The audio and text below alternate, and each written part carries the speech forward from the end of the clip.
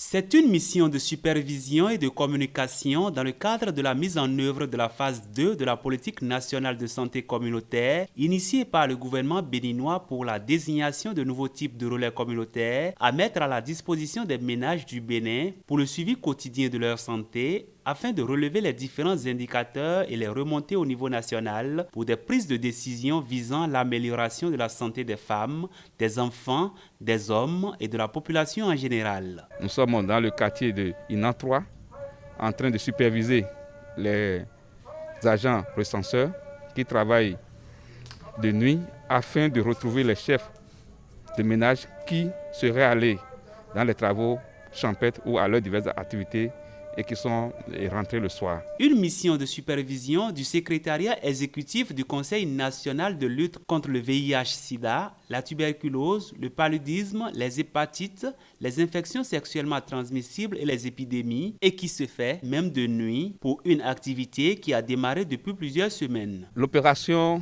est par phase.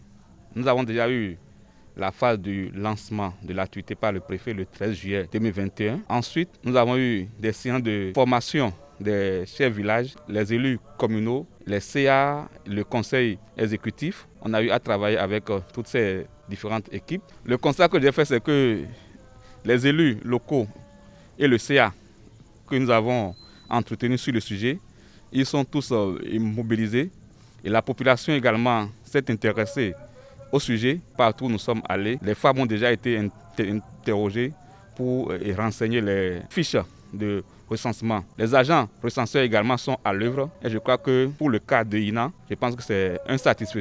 La suite de l'opération nous donnera sûrement cette preuve qu'on ne s'est pas trompé en commençant par l'arrondissement de Inan. Cette étape du recensement est accueillie favorablement par les élus locaux et communaux. Comme l'a dit Didier Léonard, pour savoir ce que vaut la santé, il faut faire un tour à l'hôpital. Là, tu sauras ce que la santé est.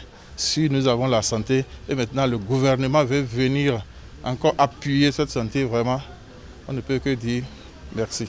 On dit souvent que la santé avant tout. À moi de dire que la santé ne vaut rien, mais rien ne vaut la santé. À la population de savoir que le gouvernement est en train de penser à eux. Fort de cela, il doit sortir massivement. Et lorsqu'ils ont des informations que d'autres sont venus dans leur quartier ou bien dans leur maison les recenser, si eux ne sont pas recensés, ils doivent se rapprocher de leurs délégués pour que tout le monde soit pris en compte dans l'arrondissement d'Inan. À l'endroit des populations, je voudrais bien qu'elles acceptent de donner les vraies informations parce que nos populations souvent tronquent les données. Il faut qu'elles acceptent de donner les bonnes informations pour que nous puissions disposer de bonnes statistiques pour que le travail soit très bien fait. C'est une opération conjointe qui se déroule dans les communes pilotes du département du Borgou que sont Bembereke, Sinandé, Niki et Kalale. Cette phase de recensement des ménages va durer 2 jours. S'en suivront les autres étapes qui conduiront au choix définitif des relais communautaires des ménages au plan national.